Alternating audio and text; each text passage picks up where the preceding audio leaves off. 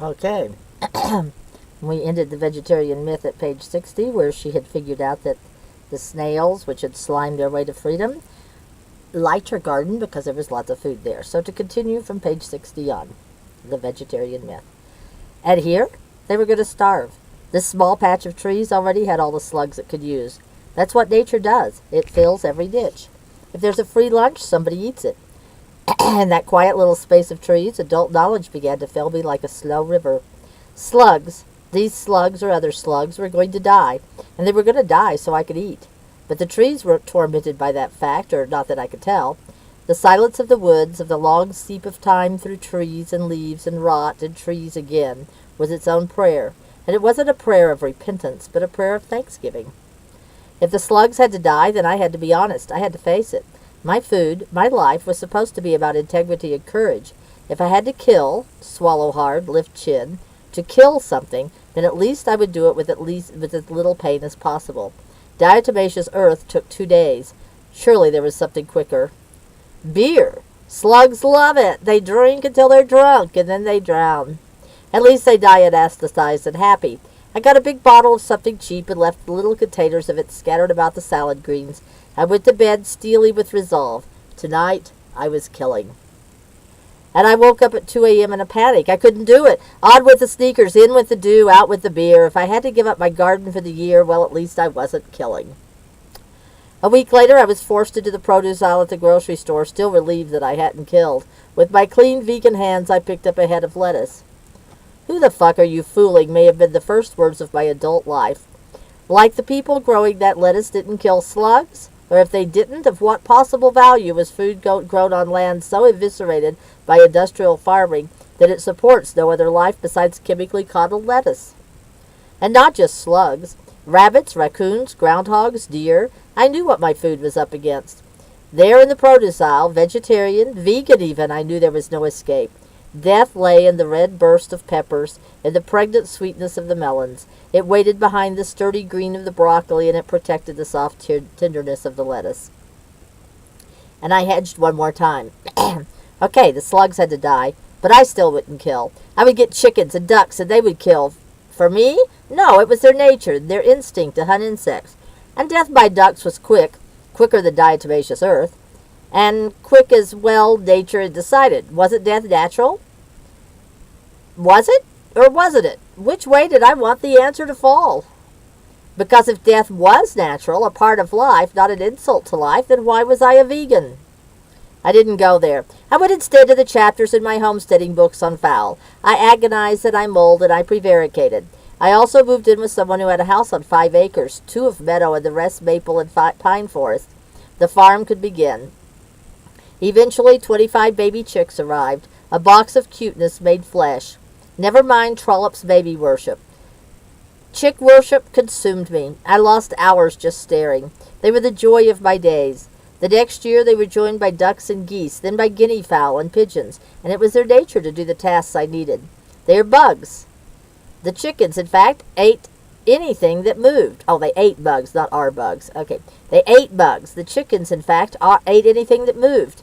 Mice, frogs, snakes. I once found a chipmunk tail in their yard. Just the tail. I'd seen them chase squirrels, which was funny until it dawned on me that if they were smart enough to hunt in packs, they could take down a squirrel.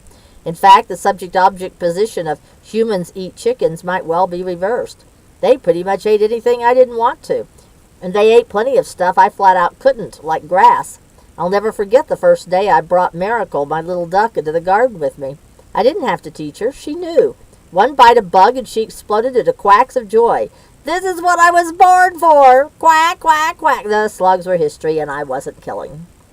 "Neither was Eichmann," whispered the vegan voice of truth. Was this a death camp for animals, the furred, feathered exoskeleton? But everything seemed so peaceful. The birds were so obviously happy, looking for bugs. Sure, and Arbeit box frei. All Eichmann did was arrange the transportation. Isn't that what you've done? "But I have to eat something," I begged, stretched to the end of my ethical rope. "Something, right?" But beyond the spare shore of the vegan world lay the hungry sea of the fruitarians, and the voyage out led to the promised land of the breatharians, people who believe that humans in fact don't need to eat. I had met a few of them on a vegan pilgrimage. They radiated an intense fixation on food. When could they eat again, and how little, but how much was the axis they were stretched across? The torturer or the tortured? I remember Starling and her half cup of yogurt, exactly half, once a day. A banana for breakfast, the smidget of yogurt at noon, and an apple at 4 p.m. She'd been weaning herself from food and was aiming for pure air in another 6 months. Watching her eat was like watching an athlete, the exact balance between effort and discipline. Would she take an extra bite, lick the drop that hung on the bottom of the serving spoon, or would she force herself to perfection, to stick the landing, to achieve the supremacy of will and its reward, the grace of effortlessness? That's where anorexia ends, the pure physiology of starvation. The body stops wanting food, though I didn't know that then. There was something in Starling's project that I wanted too, that grace beyond need and hunger, beyond death. If getting there felt more like punishment, I was willing to endure it if the goal was just noble enough. So how noble was this goal? Looked at through my vegan eyes, it was a possible end point of my desperate urge to refrain from killing. Why even kill plants when I didn't have to kill at all? But looked at through my feminist political eyes, I was uneasy about this project. Religions around the world engaged in ascetic practices like severe fasting, and what those religions had in common was patriarchy. Their he-god was removed from the earth, and holiness was achieved by denying the world made of flesh. Women were temptations of sin, our bodies sources of shame instead of miracles. To live without eating was, of course, to deny one's need for material support or earthly connection. The pagan in me rebelled against the idea of vilifying hunger, sex, bodies, life. Was there a way to starve without starving, to embrace life so fully I could live on air, light, energy, the cosmos? Anything besides dead things? I had two competing impulses, two political belief systems that went to my core and conflicted. At 26, the practical won out. I knew I had to eat. Even as a teenager, I'd been bad at dieting. I couldn't embrace hunger. It was too miserable. And I'd always ended up binging. So I set aside Starling and her sip of communion yogurt and all my questions about bodies and God and grace. I was a vegan. That was righteous, and it was enough. Except now I was arranging for animals to be killed for my benefit. My personal Auschwitz. Maybe it was time to revisit the breatharians.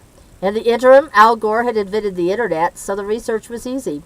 I found Peter the breatharian, 5 foot 9 inches and 115 pounds. He was so proud of himself that he posted pictures. It was ghastly. Do I need to actually say that he was starving? He had links to pro-Ana websites and trigger pics to help you keep your eating disorder firmly enshrined. He offered to teach you how to break your addiction to, no, not self-hatred, to food. Do you throw up? If no, would you be open to this option? Okay, I didn't need to go any further into his happy, healthy world. But what about the other articles, the ones that hinted at mystic possibilities?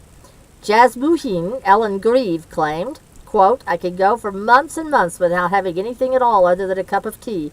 My body runs on a different kind of nourishment, unquote.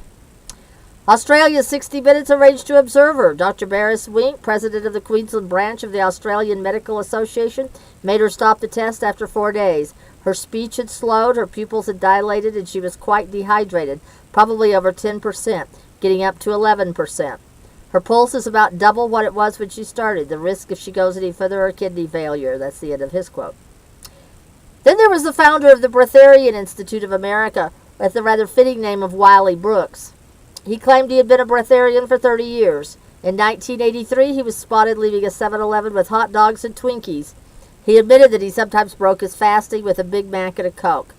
He explained that since he was surrounded by junk food, consuming it added balance. How's that for a new Twinkie defense? Then there were the people who died. Verity Lynn, kindergarten teacher Timo Deegan, Lanny Marcia, Rosalind Morris, Jim Vadam Pesnak, and his wife Eugenia went to jail for 3 years for their involvement in Morris's death. Bahara Ratan Manek said he could live on water supplemented by the occasional cup of tea, coffee, and buttermilk. He was under observation for 3 long fasts. During those fasts, however, he did lose a lot of weight. The papers published on those fasts also admitted that dozens of people had access to Manek during the studies, and the studies themselves would never have met Western scientific standards. Prahlad Jani also claimed to be a breatharian, though Indian rationalists labeled him a village fraud. But the literature is filled with intriguing hints for anyone prone to believe. Practitioners of Chinese Qigong and other mystical traditions make all sorts of claims. The credulous and the desperate have plenty of material to work with. Case in point, quote, "Sweetie, do you think?" I stumbled. Saying something out loud always makes it more real. I managed to get to the word breatharian. "Lier," replied my beloved, in that tone of patiently suppressed exasperation that I forced her to protect. "It's called anorexia." And she continued, emphasizing each word just to make sure. "If you try it, I'm leaving." The voice of reason can be such a relief to people like me. But the ancient mystical Tibetan, I tried fervently, hoping she'd be able to stop me. "Okay, let's pretend it's true. Is it really the best use of your life to travel to Tibet in search of some guy on some mountain so you can learn not to eat? Is that really what you want to do with the time you've been given?" On balance, no. Saving the world seemed like a better to-do list. I was free. But in exchange, I had to accept death. Besides the slugs, there were other things that had to die. So many other things. And all of them had mothers and faces, if I looked. Information was becoming knowledge. Knowledge I had missed because there was simply no one to tell me. I was taught to look both ways before crossing the street. I learned how to read when I learned to talk. I was even in on the secret of where babies come from. I remember at 5 earnestly explaining the word vagina to another little girl. I didn't know the word empowerment, but that was my impulse. But food? That was a knowledge gap I didn't close until I was almost 40, and only after battling myself into emotional, physical, and ethical exhaustion.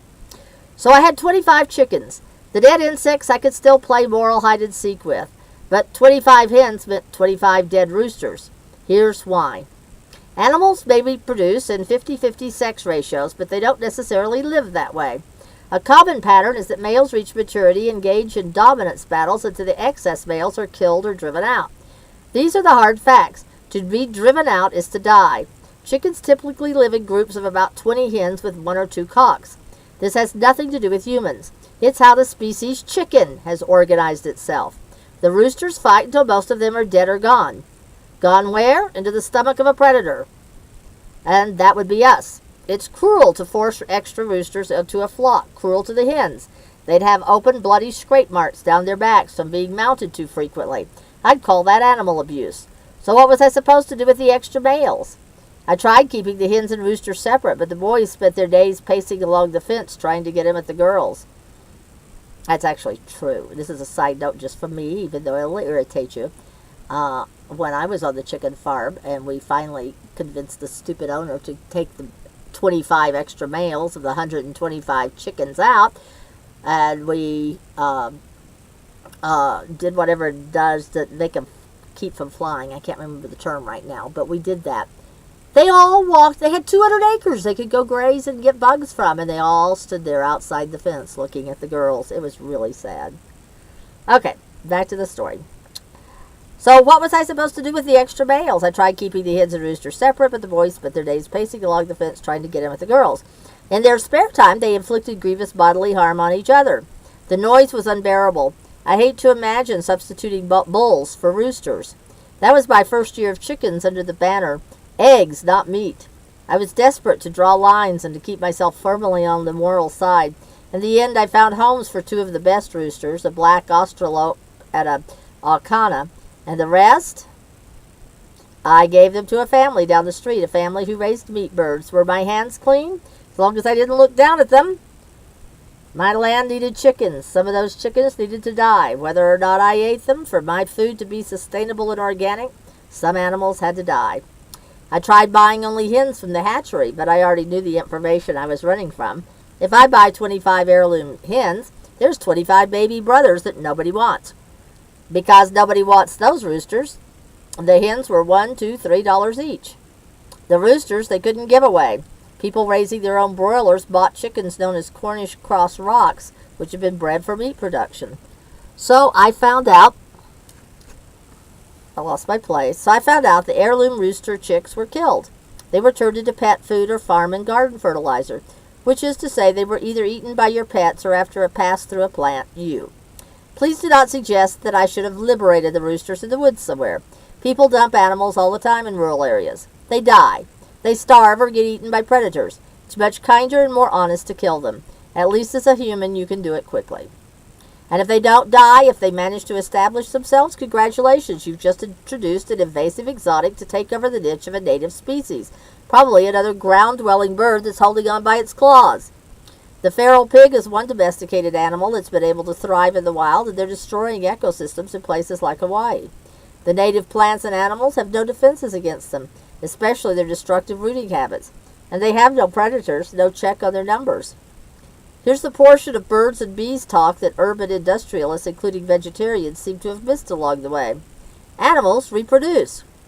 And here's the math lesson to go with it. If you've got 10 acres and 10 cows, next year you'll have 20 cows, twice what your land can carry. Assuming half the new calves will be male, you've got 15 females and 5 males. The following year you'll have 35 cows, 3.5 times your land's carrying capacity. By then, the pasture will have eroded to dirt and everyone will be starving. So you've got two problems. There will always be excess males. Of course, on most farms, that isn't a problem because the point of the endeavor is food, and meat is not a 4-letter word. Farm people eat the roosters as well as the male animals. But there also will be excess females. For dairy animals to lactate, they have to bear young every year. A dairy cow should have a milking life of 12 to 14 years. That means she'll have about 11 calves. Only one is needed to replace her. The other 10? Where do you think veal comes from? That's why I was a vegan, not a vegetarian. That's why vegans call milk liquid meat. And I can't tell you the number of vegetarians who over the years have refused to believe me. Simply, stalwartly refused. Go ask the dairy farmers, my final attempt, but of course they don't know any. I've been to farms that were balanced on the vegan, sustainable tightrope. They all have fowl, chickens, ducks, guineas. It's a compromise, they invariably say, always defensive. The other visitors are puzzled. Compromise? Don't chickens live on farms, and don't farms need chickens? It's only a compromise if you're trying to overlay a vegan ethic onto a biological truth of soil and the nutrient cycle. It's those facts that leave vegans with a little farm of horrors and plants demanding, feed me. I spent a weekend at one of those farms for a conference on reviving local economies. It was in upstate New York. The directions to the place were essentially, drive to Canada, turn around. It was cold even in August. They said they were vegan and they said they did permaculture. What I saw was an uneasy hybrid, and like all hybrids, it was ultimately sterile. They had a lot of perennial beds full of fruit trees, vines, and shrubs, piled deep with mulch and roped off. Do not walk on beds, signs entreated everywhere. Please don't walk on the beds, repeated Doug, a man so emaciated that when I first met him, my heart was punctured by compassion. Cancer? Chemo? Oh, God, was my first reaction. But he wasn't dying. He just wasn't eating. The interns, young, earnest, committed, looked about as bad. Some of them had a noticeable C-curve in their posture, too much muscle wanting to stand up straight. A few of them were completely zoned out.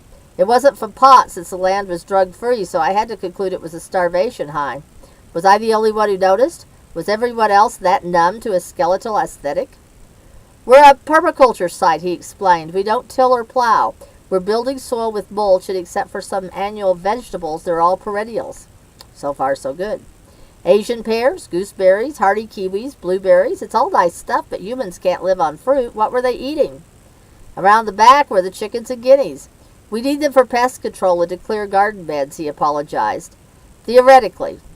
In fact, the birds were in a wire pen, and while they had plenty of room and a nice secure house, they had long ago scratched the earth bare. No grass, no bugs. What were they eating? The economic mainstay of the farm was the trees. Trees are what we have, he defended. Look at this land. See the slope, the soil? We could barely grow lettuce. So they did sustainable logging, wood products, and that meant a pair of draft horses. More apologies. Unlike tractors, horses required no fossil fuel, no steel mills or extractive mining, no bank loans. They can heal themselves and they reproduce. But what were they eating? Past the horse barn, there were a few acres that had been clear-cut to stumps. 2 pigs and 2 goats were, finally, eating. Holy shit. There's fucking 2 coyotes out there. Look at that shit. Or it's dogs. I think those are fucking dogs. The raven is very unhappy. I'm going to go deal with this more later.